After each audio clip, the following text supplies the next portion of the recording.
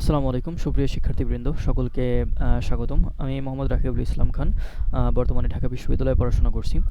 তোমাদের জন্য আমি একটা কোর্স চালু করছি, English course, English basic grammar course.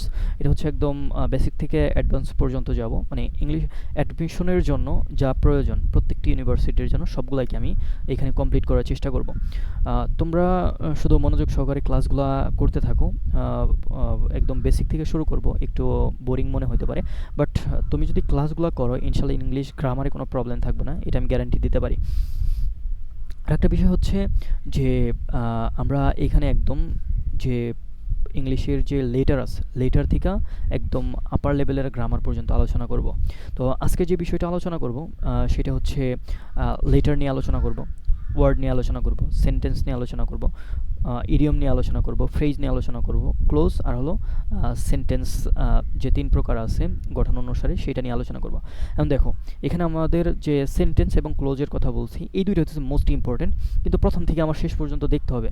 কারণ হচ্ছে যে তুমি যদি প্রথম থেকে শেষ পর্যন্ত না দেখো তাহলে সেন্টেন্স কীভাবে আইডেন্টিফাই করতে হয়, কীভাবে ক্লোজ কীভাবে আইডেন্টিফাই করতে হয় এটা ধরতে পারবে না।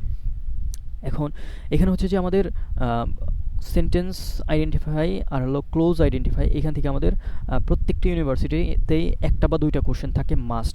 সো প্রথম থেকে ক্লাসগুলো করো, ইনশাল্লাহ কোনো প্রবলেম থাকবে না। আচ্ছা, প্রথমে শুরু করি একদম বর্ণ থেকে। বলছি যে আমরা শুরু করব। সো মনে করো যে আমরা তো জানি যে ইংলিশে বর্ণ আছে আমাদের 26টা, এ থেকে জেড পর্যন্ত। এখন এই বর্ণগুলা কিভাবে কাজ করে এটা একটু দেখি। মনে করো যে আমরা তিনটা বর্ণ লিখলাম, পি, ই আর হলো এন। সেই তিনটার যোগ করো দেখি তাহলে কি হয়। পিই এন অর্থাৎ পেন হয়। এই পেনের অর্থ কি? পেনের অর্থ হলো কলম। পেনের অর্থ হলো কলম। তাহলে দেখো এই যে পেন, এইটা কি একটা শব্দ হয়ে গেছে, একটা ওয়ার্ড হয়েছে। এখন এই ওয়ার্ডের তাহলে সংজ্ঞাটা আমরা কি বলতে পারি? ওয়ার্ডের সংজ্ঞাটা বলতে পারি হলো আমরা যে বর্ণ সমষ্টি। বর্ণ সমষ্টি, কতগুলো বর্ণ পাশাপাশি বসে যদি কোনো অর্থবোধক শব্দ তৈরি করে, অর্থবোধক সেন্স তৈরি করে, সেটার কি বলবো? আমরা ওয়ার্ড বলবো। এখন মনে করো যে আমরা আরেকটা সেন্টেন্স লিখব, I have a pen. I have a pen. এখন এখানে খেয়াল করো কয়টা ওয়ার্ড আছে এখানে, কয়টা ওয়ার্ড? একটা ওয়ার্ড, দুইটা ওয়ার্ড, তিনটা ওয়ার্ড, চারটা ওয়ার্ড। দেখো চারটা ওয়ার্ড পাশাপাশি বসছে, অর্থাৎ চারটা শব্দ পাশাপাশি বসছে। এটা বৈশা কি একটা সেন্স মেক করছে, একটা পরিপূর্ণ অর্থ প্রকাশ করছে। সেটা হচ্ছে কি আমার একটা কলম আছে। তাহলে এইটারে আমরা কি বলতে পারি? এইটারে বলতে পারি আমরা সেন্টেন্স। সেন্টেন্স। তাহলে দেখো সেন্টেন্সের সংজ্ঞাটা আমরা কি বলতে পারি? সেন্টেন্সের সংজ্ঞাটা বলতে পারি যে কতগুলো শব্দ যখন পাশাপাশি বসে মনের ভাব প্রকাশ করে, মনের ভাব, অর্থপূর্ণ ভাব প্রকাশ করে, তখন সেটারে কি বলবো? আমরা সেন্টেন্স বলবো। এখন এখানে দেখো একটা বিষয় খেয়াল করো যে ওয়ার্ড হইতে হলে ন্যূনতম কতটি বর্ণ লাগবে? ন্যূনতম একটা বর্ণ লাগবে। ন্যূনতম একটা বর্ণ। এই যেখানে খেয়াল করো এই আইডিয়া কি একটা একটা একটা বর্ণ, বাট এইটা দিয়ে কি আমার একটা অর্থ প্রকাশ করছে। তারপর হচ্ছে এই একটা বর্ণ আছে, এইটা দিয়ে কি একটা অর্থ প্রকাশ করছে। তাহলে আমরা বলতে পারি যে ওয়ার্ডের জন্য আমাদের সর্বনিম্ন একটা হচ্ছে একটা হচ্ছে বর্ণ লাগবে। আর যে সেন্টেন্সের জন্য সাধারণত দুই বা ততোধিক ওয়ার্ড প্রয়োজন হয়। আচ্ছা, তারপরের এটা খেয়াল করি তারপরে আমরা যেটা পড়বো সেটা হচ্ছে ফ্রেজ। ফ্রেজ। এখন ফ্রেজের বেসিক জিনিসগুলো জাস্ট জানবো আমরা যে ফ্রেজটা কি। ফ্রেজটা হচ্ছে আমাদের এ গ্রুপ অফ ওয়ার্ড।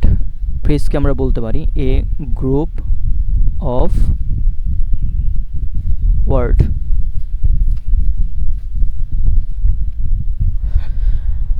এখন এই গ্রুপ অফ ওয়ার্ড দ্বারা কি প্রকাশ করে? এই যে এখানেও তো আমরা বলতেছি যে সেন্টেন্সের মধ্যেও কি গ্রুপ অফ ওয়ার্ড আছে, বাট এইটার গ্রুপ অফ ওয়ার্ডটা একটু ডিফারেন্স। সেটা হচ্ছে যেটা দ্বারা কি একটি একটি অর্থ একটি অর্থ বা সেন্স প্রকাশ করবে, প্রকাশ করবে। যে তারপরে আর কি বলতে পারি? ফ্রেজটা আর কি হইতে পারবে? যে কোনো ফাইনাইট ভার্ব থাকবে না, কোনো ফাইনাইট ভার্ব ভার্ব থাকবে না। সেই যে ফাইনাইট ভার্ব কি, এগুলো হচ্ছে আমি তোমাদের পরের ক্লাসে পড়াবো। ইনশাল্লাহ পরের ক্লাসে এই জিনিসটা কমপ্লিট করব। আচ্ছা, তারপরে খেয়াল করো, তারপর হচ্ছে আমাদের যে এটা আমরা বলছি যে গ্রুপ অফ ওয়ার্ড একটা অর্থ বা সেন্স প্রকাশ করবে, আর কোনো ফাইনাইট ভার্ব থাকবে না। আচ্ছা, এখন মনে করো যদি আমি একটা উদাহরণ দিই, উদাহরণটা খেয়াল করো, উদাহরণ খেয়াল করলে ভালো বুঝতে পারবো ইনশাল্লাহ। যে মনে করো লিখলাম আমি I am in the class. আচ্ছা, আমি কি আছি, যে আমি ক্লাসে আছি, আমি ক্লাসে আছি, I am in the class. এখন এইখানে দেখো আই অর্থ কি আমি, এম অর্থ হয়, তারপর হচ্ছে কি ইন দ্য ক্লাস, এইটুকু খেয়াল করো, ইন দ্য ক্লাস। এইটুকুর মানে কি, এইটুকুর মানে হচ্ছে ক্লাসে, ক্লাসে বা শ্রেণীতে, শ্রেণীতে বা শ্রেণীকক্ষে, যে আমি ক্লাসে আছি, আমি শ্রেণীকক্ষে আছি। অর্থাৎ এই যে ইন দ্য ক্লাস, দেখো একটা কি গ্রুপ অফ ওয়ার্ড, এইটা কি একটা অর্থ প্রকাশ করছে, একটা সেন্স প্রকাশ করছে। এই জন্য কি এইটার আমরা বলবো এটাকে বলবো আমরা ফ্রেজ। এখন আমরা পড়বো ইডিয়মস। ইডিয়মসের ব্যাপারটা খেয়াল করো, সেটা হচ্ছে যে এটাও কি একটা গ্রুপ অফ ওয়ার্ড, বাট এইটা হচ্ছে কি শব্দানুসারে, শব্দানুসারে, শব্দানুসারে অর্থ হবে না। আগেরটা খেয়াল করো যে এখানে কি একটা অর্থ বা সেন্স প্রকাশ করবে। আচ্ছা, এইখানে আমরা আরেকটা কথা লিখি, সেটা তাহলে তোমাদের আরও বেশি ক্লিয়ার হবে, যে শব্দানুসারে, শব্দানুসারে অর্থ হবে, শব্দানুসারে অর্থ হবে, এটা ফ্রেজের শব্দানুসারে অর্থ হবে। বাট ইডিয়মসে কি, ইডিয়মস গ্রুপ অফ ওয়ার্ড ঠিক আছে ফ্রেজের মতো, বাট শব্দানুসারে অর্থ হবে না। তাহলে ঘটনাটা খেয়াল করো, যদি একটা আমি উদাহরণ দিই তাহলে আরও ক্লিয়ারলি বুঝতে পারবা। যে মনে করো যে আমি লিখলাম she proposed me black and white. She proposed me black and white. তাহলে এটার বাংলা কি, এটার বাংলা কি যে সে আমাকে কালো সাদাভাবে প্রপোজ করলো, এইটা না। এটা আমাদের এইখানে খেয়াল করো, she proposed me, সে আমাকে প্রপোজড করেছিল, ব্ল্যাক অ্যান্ড হোয়াইট, এটার একটা অর্থ আছে। এটা কি, এটা হলো আমাদের ইডিয়মস। দেখো এটার অর্থ হচ্ছে যে ব্ল্যাক অ্যান্ড হোয়াইট মানে হচ্ছে লিখিতভাবে, তাহলে দেখো এটা কিন্তু ব্ল্যাক মানে কি সাদা, ব্ল্যাক মানে কি কালো, হোয়াইট মানে কি সাদা। এটি কিন্তু আমার যে অর্থ আছে এই অর্থ অনুসারে কিন্তু শব্দটা হয় নাই, একটা ভিন্ন অর্থ প্রকাশ করছে। অর্থাৎ ব্ল্যাক অ্যান্ড হোয়াইট মানে হচ্ছে লিখিতভাবে, সে আমাকে লিখিতভাবে প্রপোজ করেছিল। তবে এটা আমাদের কি এখন একদম ক্লিয়ার হয়ে গেছে যে তাহলে ইডিয়মসটা হচ্ছে কি গ্রুপ অফ ওয়ার্ড, শব্দানুসারে অর্থ হবে না। তাহলে সেটারে কি বলবো আমরা, ইডিয়মস বলবো। দেখো আরেকটা উদাহরণ দিই, তাহলে আরও ক্লিয়ারলি বুঝতে পারবা। যে দ্য এসবি, আচ্ছা এসবিটা কি, এসবিটা হচ্ছে সিনেট ভবন আমেরিকার। যে the SB is a white elephant in BD. অর্থাৎ সিনেট ভবনটা বাংলাদেশে যে সাদা হাতি, এরকম না। এটার অর্থটা হচ্ছে যে হোয়াইট এলিফ্যান্টের মানে কি, হোয়াইট এলিফ্যান্টের মানে হচ্ছে দুর্লভ, যেটা সহজে পাওয়া যায় না, অথবা দামি জিনিস, এরকম। যে তাহলে বাংলাদেশের সিনেট ভবনটা কি দুর্লভ বা দামি বিষয়, এরকম জিনিসগুলো আর কি প্রকাশ করে। অর্থাৎ এই যে মেইন যে ওয়ার্ডগুলো আছে এই ওয়ার্ড অনুসারে কি আমাদের শব্দটা হচ্ছে না, তাহলে এটাকে আমরা ইডিয়মস বলবো। আচ্ছা, তারপরের টপিকে যাই। পরের যে জিনিসটা পড়াবো সেটা হচ্ছে আমাদের সেন্টেন্স। দেখো সেন্টেন্স তো অলরেডি বলছি যে পাশাপাশি কতগুলো ওয়ার্ড মিলে কি আমাদের সেন্টেন্স তৈরি হয়। কিন্তু সেন্টেন্সের একটা স্ট্রাকচার আছে, সেটা হচ্ছে কি প্রথমে কি সাবজেক্ট থাকবে, তারপরে কি থাকবে একটা ভার্ব থাকবে, তারপরে কি থাকবে অবজেক্ট।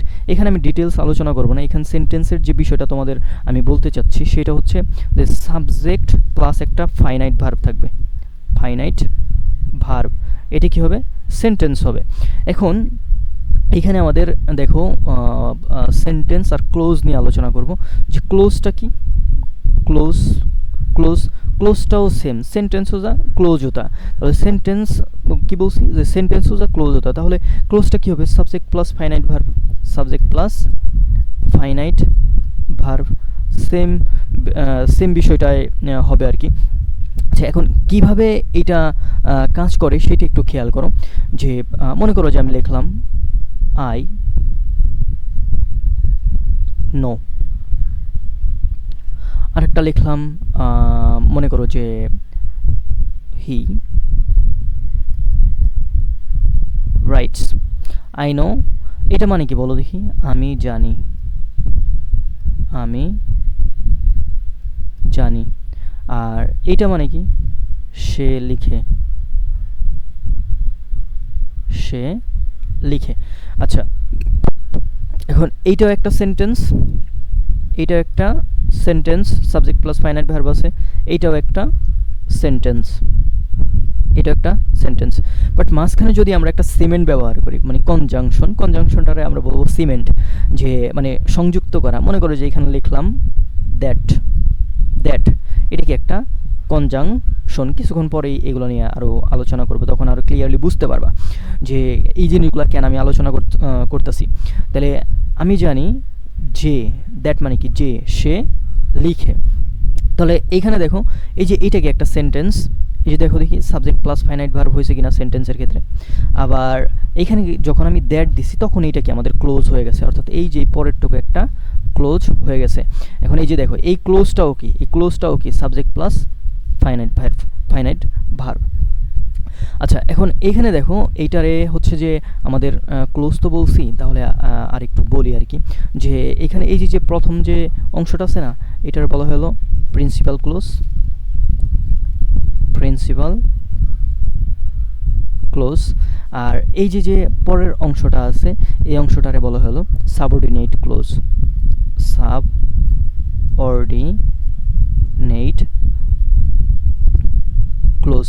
এখন দেখো প্রিন্সিপাল ক্লোজ কি, সাবঅর্ডিনেট ক্লোজ কি, এগুলো হচ্ছে যে আমরা একটু পরেই দেখতে পারবো খুব ক্লিয়ারলি। এখন দেখো যে ক্লোজটা কি বলছি, যে বিস্তারিত একটু পড়াবো।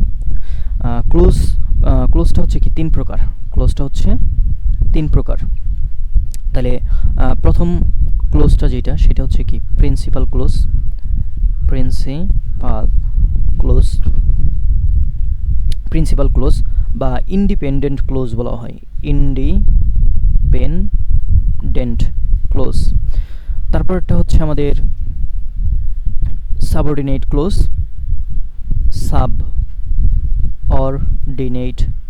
সাবঅর্ডিনেট ক্লোজ, বা এটার বলবো আমরা ডিপেন্ডেন্ট। ডিপেন্ডেন্টের মানে তো বুঝতে পারতেছো যে এইটা ইন্ডিপেন্ডেন্ট মানে কি? যেটা স্বাধীন। ডিপেন্ডেন্ট মানে যেটা পরাধীন, মানে হচ্ছে আরেকজনের উপর ডিপেন্ড করে। আচ্ছা, আর থার্ড যেটা, সেটা হচ্ছে আমাদের কোঅর্ডিনেট ক্লোজ, কোঅর্ডিনেট ক্লোজ। এটা হচ্ছে কি? জাস্ট একটু ধৈর্য সহকারে খেয়াল করো, একটু পরে যে বুঝতে পারবা যে কী কারণে এই জিনিসগুলো আসলে আমরা আলোচনা করতেছি। আচ্ছা, এখন হচ্ছে আমাদের যে সেন্টেন্স, সেন্টেন্স কত প্রকার? সেন্টেন্স, সেন্টেন্স কত প্রকার? এটাকে আমরা দুই ভাগে ভাগ করতে পারি। একটা হলো কি? গঠন অনুসারে, গঠন অনুসারে, আর একটা হলো আমাদের শব্দানুসারে, শব্দানুসারে। এখন দেখো গঠন অনুসারেটা আমরা আলোচনা করব, শব্দানুসারেটা এটা হচ্ছে কি আমরা পরে আলোচনা করব। এখন গঠন অনুসারে কয় প্রকার? গঠন অনুসারে আমাদের তিন প্রকার। একটা হচ্ছে কি আমাদের সিম্পল, দুই নম্বর হচ্ছে আমাদের কমপ্লেক্স, আর তিন নম্বর হচ্ছে কি আমাদের কম্পাউন্ড। এই হচ্ছে কি আমাদের তিন প্রকারের যে গঠন অনুসারে সেন্টেন্স, এটা আমরা আলোচনা করলাম। এখন এই যে ক্লোজ, তারপর হচ্ছে সেন্টেন্স পড়াচ্ছি, এইটা হচ্ছে কি আরেকটা বিষয় পড়াই, তারপরে আলোচনা করি। সেটা হচ্ছে আমাদের কনজাংশন, কনজাংশন। আচ্ছা, কনজাংশনও তিন প্রকার, কনজাংশনও তিন প্রকার। তাহলে প্রথম যে কনজাংশনটা আছে সেটা হলো কি? Ordinate, subordinate conjunction. তারপরে আছে আমাদের কোঅর্ডিনেট কনজাংশন, কোঅর্ডিনেট কনজাংশন। তারপরে আছে আমাদের কারিলেটিভ conjunction, কারিলেটিভ conjunction.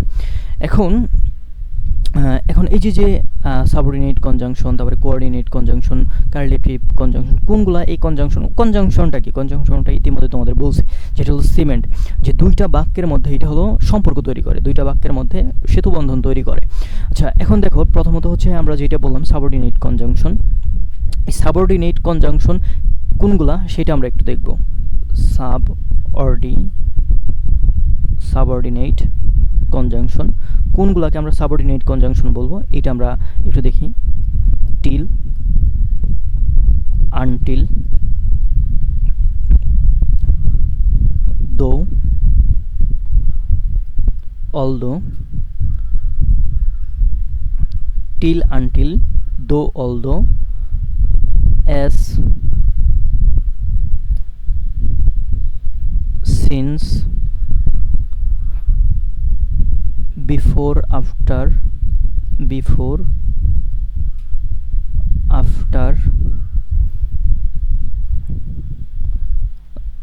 that, if,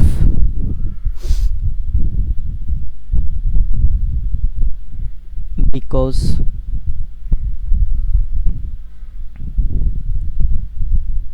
whether,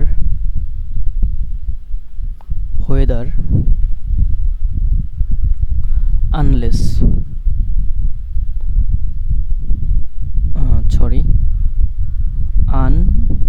unless,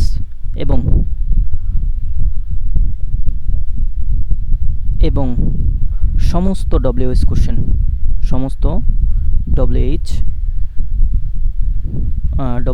word আর কি, WH ওয়ার্ড যেগুলো আছে। আচ্ছা, তাহলে দেখো এইটা হচ্ছে কি আমাদের একদম ফ্লুয়েন্টলি মুখস্থ রাখতে হবে, যে ব্যাপারটা কি টিল, আনটিল, দো, although, as, since, before, after, that, if, because, whether, unless এবং সমস্ত WH ওয়ার্ড।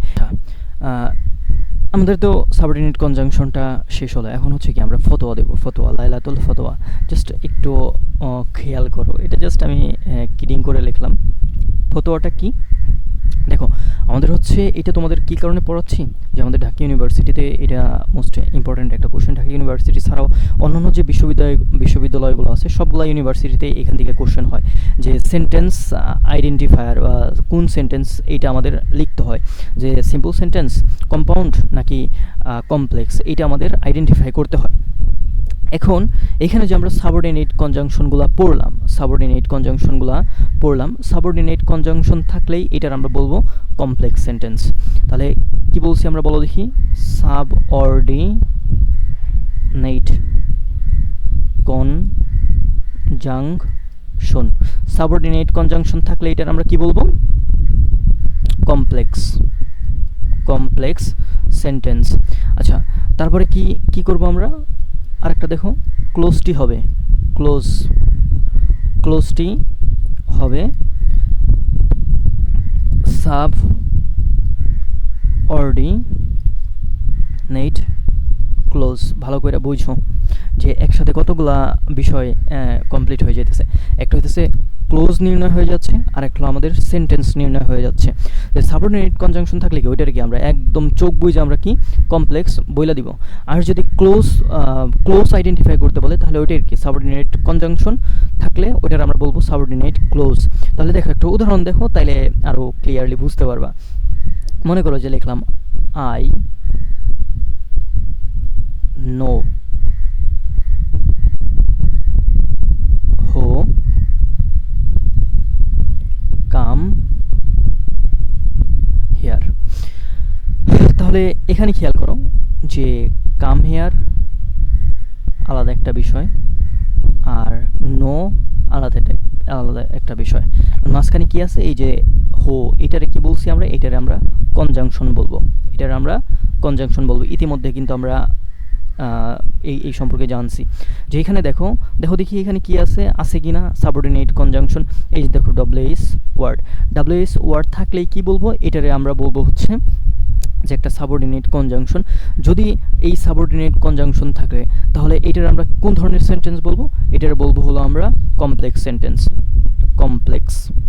কমপ্লেক্স সেন্টেন্স এই যেটা। আচ্ছা, আরেকটা বিষয় হচ্ছে যদি সাবঅর্ডিনেট কনজাংশন থাকে তাহলে এটার আমরা কোন ধরনের ক্লোজ বলবো, এটার বলবো হলো আমরা সাবঅর্ডিনেট ক্লোজ। সাবঅর্ডিনেট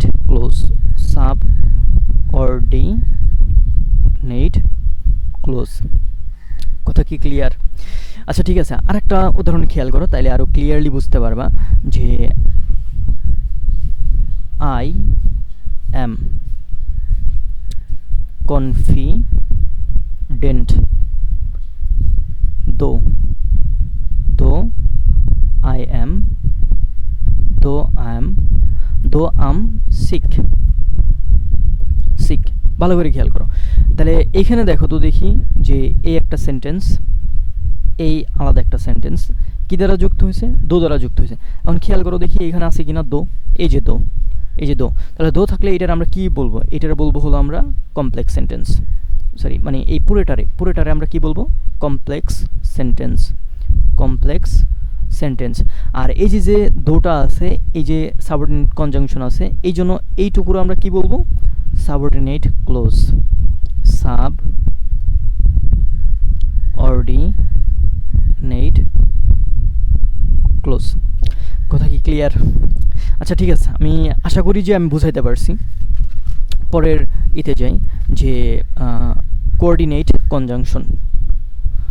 2 নম্বরটা কি ছিল আমাদের,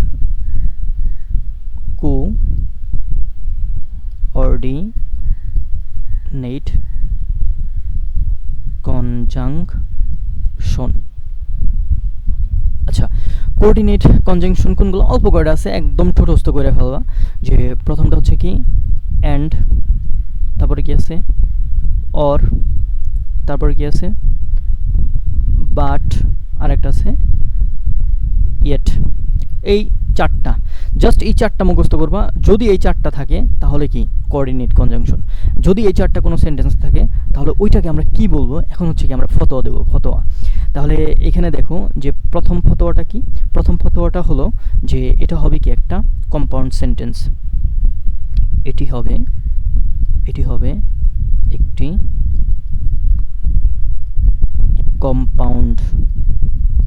কম্পাউন্ড সেন্টেন্স। মানে প্রথম কথাটা কি, এটা হবে কি একটা কম্পাউন্ড সেন্টেন্স। দ্বিতীয়টা হচ্ছে যে ক্লোজটি কি হবে, ক্লোজটি হবে কোঅর্ডিনেট ক্লোজ। Coordinate close. বুঝাতে পারছি? আচ্ছা, এখন একটা উদাহরণ দিই, উদাহরণ দিলে আরো ক্লিয়ারলি বুঝতে পারবা। মনে করো যে আমাদের এই যে একটা উদাহরণ আছে না, ডু অর ডাই। এটা কোন ধরনের সেন্টেন্স, কি বলছি, প্রথম হচ্ছে যে আমরা দেখব যে চারটা আছে কিনা, অ্যান্ড অর বাট ইয়েট। দেখো তো অর আছে কিনা, এই যে অর আছে, তাহলে এটার আমরা কি বলবো, এটা হচ্ছে একটা কম্পাউন্ড সেন্টেন্স। আর দ্বিতীয়ত হচ্ছে যে এই ক্লোজটা কি, ক্লোজটা হচ্ছে আমার এই মানে এই যে এইটুকু ক্লোজ, যে ক্লোজটা হচ্ছে কি আমার, ক্লোজটা হচ্ছে আমাদের কোঅর্ডিনেট ক্লোজ। Coordinate close. আচ্ছা, মনে করো যে আর একটা মজার উদাহরণ দিই, সেটা হচ্ছে হি ইজ কিপটে। তোমাদের অনেক বন্ধু থাকে না যে অনেক কিপটা হয়, যে সব সময় অন্যের কাছ থেকে খাবে কিন্তু নিজে কখনো খাওয়াবে না। মনে করো তোমার সেই বন্ধুটা, হি ইজ কিপটে বাট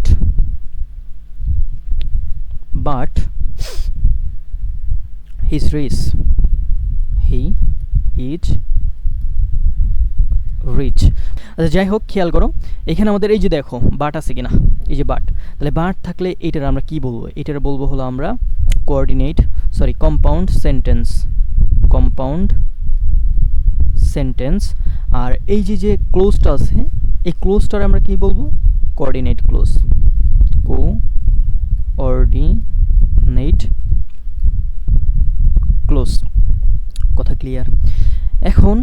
আমাদের আরেকটা আছে না, লাস্ট যে সেন্টেন্সটা, অর্থাৎ সিম্পল সেন্টেন্স।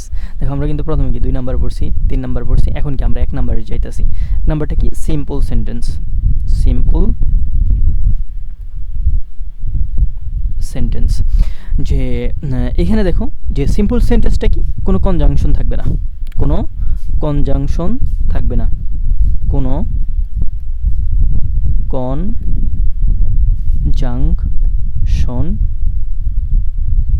থাকবে না। তাহলে এখানে খেয়াল করো, মানে আমরা ছোটোবেলা থেকে একটা জিনিস ভাবতাম কি, যে সেন্টেন্স যদি বড় হয় তাহলে কি কমপ্লেক্স সেন্টেন্স, মানে এরকম একটা আমাদের চিন্তা ভাবনা ছিল। বাট এখানে আমাদের সেন্টেন্স অনেক বড় হইতে পারে, ওটা কি সিম্পল সেন্টেন্স হবে যখন কোনো কনজাংশন সেখানে থাকবে না। একটা উদাহরণ দিই, উদাহরণ দিলে তোমরা আরও ক্লিয়ারলি বুঝতে পারবা। মনে করো যেখানে লিখলাম after playing cricket, after playing cricket in the field yesterday I went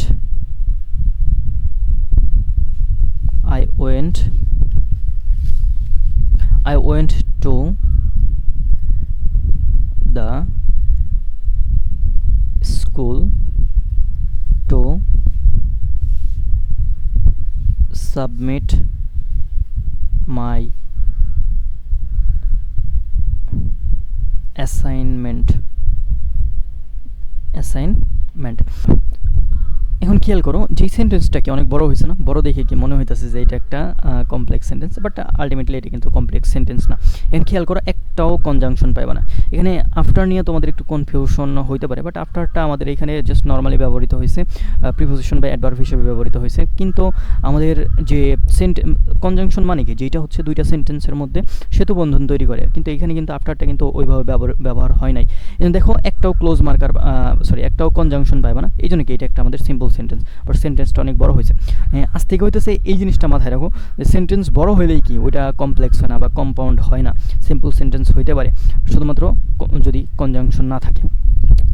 তোমাদের যে বিষয়গুলো পড়াইলাম হয়তো অনেক কিছু নতুন শিখতে পারছো, বাট প্রথম থেকে যদি তুমি জিনিসগুলো ভালো করেই করতে পারো তাহলে এইখান থেকে তুমি ফ্লুয়েন্টলি অ্যান্সার করতে পারবা। এবং দেখো এইখানে আমাদের কোশ্চেনগুলো কী কী আসে এখান থেকে। একটা হচ্ছে আমাদের যে ক্লোজ নির্ণয়, আর 2 নাম্বার হচ্ছে আমাদের এখানে যে সেন্টেন্স নির্ণয়।